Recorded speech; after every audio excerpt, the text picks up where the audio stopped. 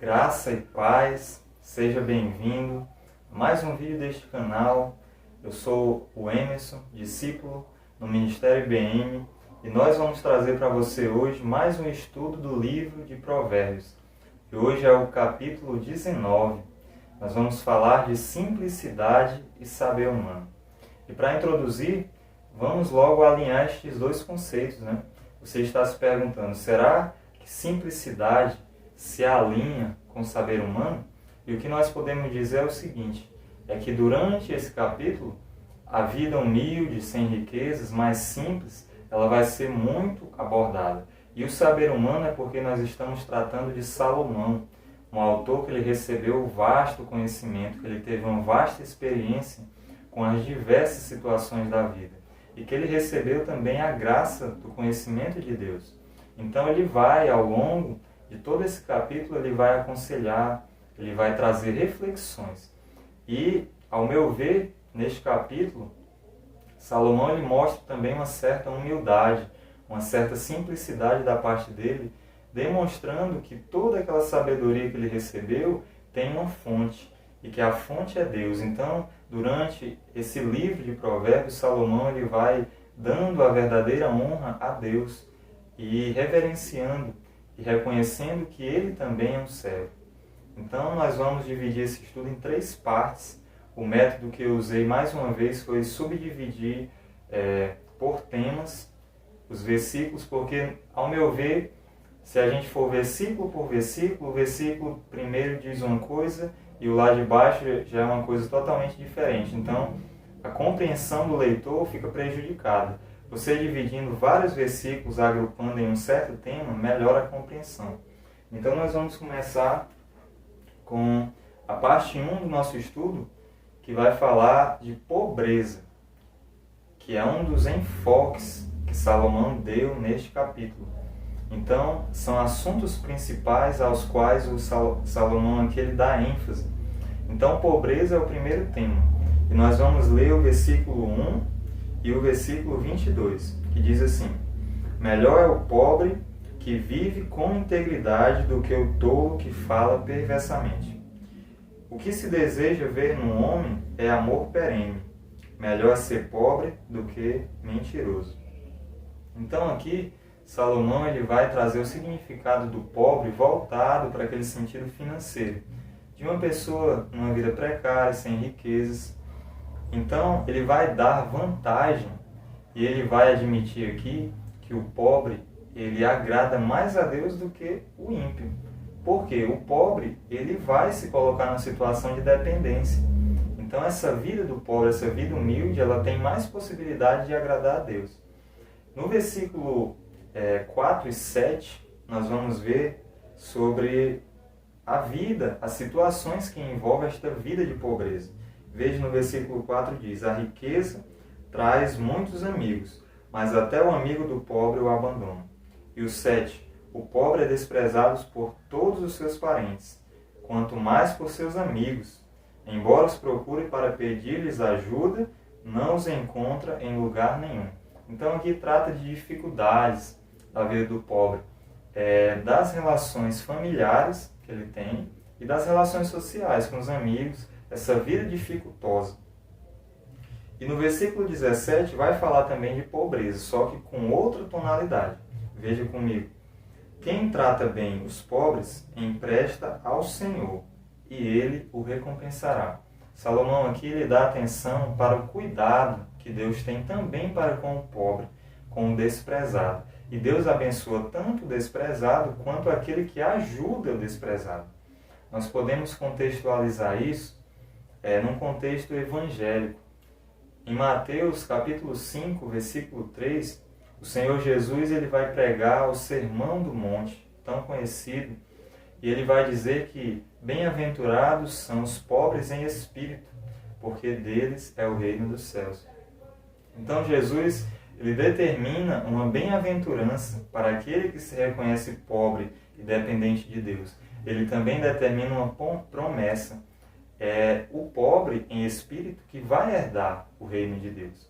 Então veja que o pobre, nesse contexto, por esta ótica espiritual, ele também tem mais possibilidade de se achegar a Deus. Claro, ele vai reconhecer sua situação humilde e ele vai reconhecer que ele tem necessidade de ajuda constante da graça de Deus. Então nós passamos para o outro tema desta parte, que é o testemunho. Salomão também vai explorar muito sobre a questão do testemunho. Nós vamos analisar o versículo 5 e o 9. O versículo 5 diz: a testemunha falsa não ficará sem castigo, e aquele que despeja mentiras não sairá livre. O 9. A testemunha falsa não ficará sem castigo, e aquele que despeja mentiras perecerá. Veja bem que ele enfatiza, que Salomão mostra que dar falso testemunho é um pecado, é um desrespeito, um descumprimento da lei de Deus. Em Êxodo, capítulo 20, versículo 12, o Senhor ordena: não dirás falso testemunho contra o teu próximo. Então aqui ele alerta sobre o juízo de Deus, o castigo que vai vir sobre a pessoa que pratica esse tipo de pecado. E segundo, é que a repetição de algumas partes desses dois versículos mostra que esse capítulo também tem qualidade poética.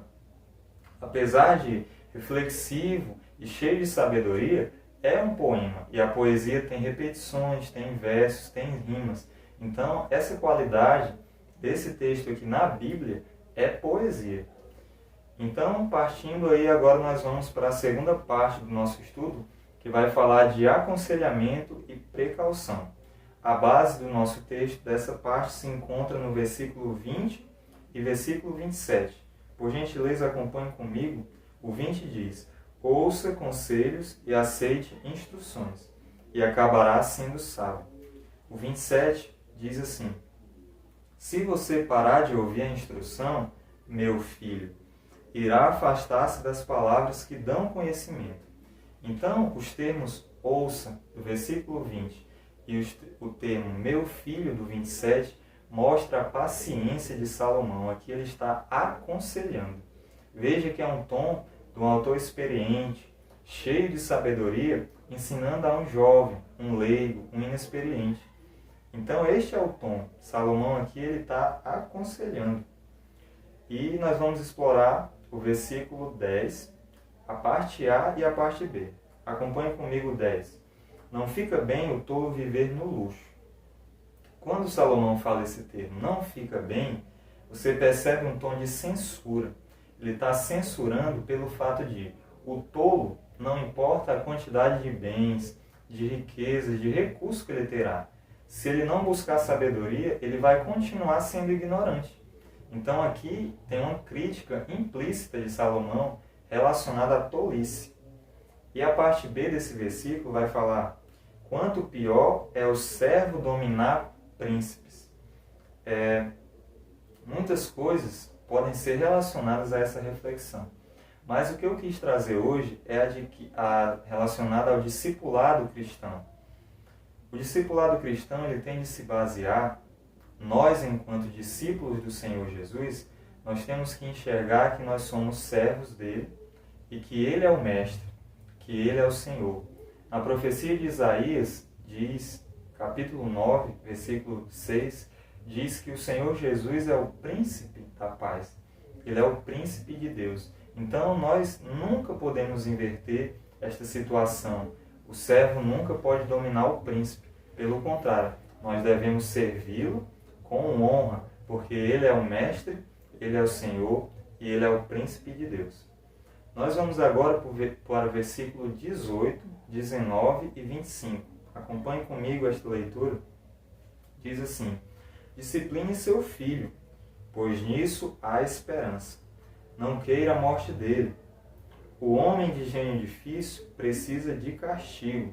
Se você o poupar, terá de poupá-lo de novo. O 25 diz: açoite o zombador, e os inexperientes aprenderão a prudência. Então Salomão aqui ele vai tratar de 3 pessoas. E ele vai aconselhar a você lidar com essas 3 pessoas. A primeira pessoa é o filho. Ele vai aconselhar a educar, disciplinar, querer o bem. E as outras 2 pessoas são o homem de gênio difícil e o zombador. Pelo contrário do filho, ele vai dar aqui outro tratamento.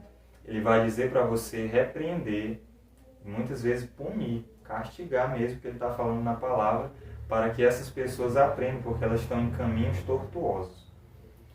E finalizando esta parte, nós passamos para a última parte do estudo, que é a parte da crítica de Salomão. Nessa crítica ele vai fazer comentários negativos ou positivos acerca de vários assuntos. Nós vamos tratar primeiro da crítica negativa e depois a positiva. A primeira crítica está no versículo 3. Leia comigo o versículo 3 que diz: é a insensatez do homem que arruína a sua vida, mas o seu coração se ira contra o Senhor. Então Salomão aqui ele critica a incoerência. Veja que ele diz: o que arruína a vida do homem? A insensatez. Aquela própria posição do homem de dizer que não se importa com a palavra de Deus, de ignorar a palavra de Deus, de continuar nos seus próprios erros. Ele está semeando e ele vai colher ruína no futuro. Mas alguns homens culpam a Deus por os seus atos inconsequentes. Então essa atitude é criticada por Salomão. O segundo versículo, o segundo ponto, é o versículo 6, que diz assim: muitos adulam o governante, e todos são amigos de quem dá presentes. Salomão aqui ele vai falar de uma aproximação afetiva de uma pessoa poderosa, só que em troca de interesses financeiros. Então, a grosso modo, é aquela pessoa que puxa o saco. É aquela pessoa que ela se aproxima de outra visando dinheiro, bens materiais. E essa atitude também é criticada por Salomão. O terceiro ponto é o pecado, que está no versículo 26, que diz assim: o filho que rouba o pai e expulsa a mãe é causador de vergonha e desonra. Então aqui Salomão está criticando o pecado do filho contra o pai. Também nesse capítulo de Êxodo, no Antigo Testamento, o Senhor ordena no Decálogo, nos 10 mandamentos, para o filho honrar pai e mãe. É um dos mandamentos. E quando você descumpre isso, você desonra o nome da sua família. E esse tipo de pecado é criticado aqui por Salomão. E a última crítica que ele faz, mais para a negativa, é sobre casamento e família, que está no versículo 13 e no 14, que diz assim: o filho tolo é a ruína de seu pai, e a esposa briguenta é como uma goteira constante. Casas e riquezas herdam-se dos pais, mas a esposa prudente vem do Senhor. Veja que Salomão aqui ele inclui uma das poucas metáforas desse capítulo, que ele compara a mulher, a esposa que causa briga, intriga, com uma goteira constante. Uma goteira constante em casa ela vai causando prejuízo, né? Ela vai dando trabalho. Do mesmo jeito, a esposa, esse tipo de esposa vai dar trabalho ao marido, vai causar dor de cabeça, enfado. Ao contrário, a esposa prudente, ele abençoa. No versículo 14, ele diz que a esposa prudente é da parte de Deus. E agora nós passamos para as críticas positivas do autor. E a primeira crítica está no versículo 16 e 23, que diz assim: quem obedece aos mandamentos preserva a sua vida, mas quem despreza os seus caminhos morrerá. O 23. O temor do Senhor conduz à vida. Quem o teme pode descansar em paz, livre de problemas. Salomão aqui, ele mostra as bênçãos de Deus sobre o justo, sobre aquele que cumpre, que respeita os mandamentos de Deus. Então, vida, paz, ficar livre de problemas são bênçãos da parte de Deus, relacionados à obediência do homem aos mandamentos de Deus. A segunda crítica, e a última para a gente finalizar, é sobre sabedoria. Sabedoria é um assunto bem explorado, bem explanado durante todo o livro, mas nesse capítulo tem um sentido particular. Acompanhe aí comigo o versículo 11, que diz assim: a sabedoria do homem lhe dá paciência, sua glória é ignorar as ofensas. Então aqui, Salomão mostra que o homem, à medida que ele vai dando ouvidos à sabedoria de Deus, à palavra de Deus, ele vai se tornando uma pessoa mais paciente. ele vai ouvindo a voz de Deus, porque essa palavra é uma palavra fiel do trono de Deus, que foi da vontade de Deus que ela fosse escrita para o homem. E no texto de Gálatas, capítulo 5, versículo 23, mostra o Espírito Santo agindo no homem. E o Espírito Santo ele vai agindo à medida que o homem dá atenção à palavra de Deus. E ele vai agindo e vai frutificando mansidão e domínio próprio. Então esse homem, ele vai se tornando mais manso, ele vai dominando o seu próprio corpo, ele para de responder violentamente às ofensas, ele para de ser briguento, ele vai se tornando uma pessoa mais paciente, o Espírito Santo vai agindo sobre ele. E aos poucos, conforme ele vai dando ouvidos à palavra de Deus, ele conhece o caráter de Deus. E o Espírito Santo repousa sobre ele, ele vai se tornando uma nova criatura, segundo a vontade de Deus. Então, assim nós finalizamos esse estudo. Espero que esse estudo tenha lhe ajudado. Espero que você tenha sido abençoado com ele, que você esteja tomando gosto pela palavra de Deus. Esse nosso estudo do livro de Provérbios é feito por videoconferência. Quem faz é o Ministério Jovem da Igreja Boas Novas do Reino de Deus, em Rio Branco, Acre. Nós fazemos por videoconferência, nós temos grupo de WhatsApp específico. Então, se você deseja participar, entre em contato conosco, deixe aí um comentário embaixo desse vídeo. Espero que esse vídeo tenha lhe ajudado. Se você gostou, curte aí, se inscreve no canal, coloca para notificar, para aparecer as notificações, porque em breve, se Deus quiser, a gente vai trazer mais vídeos. Na descrição desse vídeo vai estar o canal da nossa igreja, o canal Igreja Boas Novas do Reino de Deus e o canal do nosso pastor Jonatas Dantas, que ele sempre tem devocionais, palavras, reflexões que com certeza irão lhe ajudar. Então que Deus lhe abençoe, que a paz do Senhor esteja com você. Espero que você tenha gostado e até uma próxima oportunidade. Amém.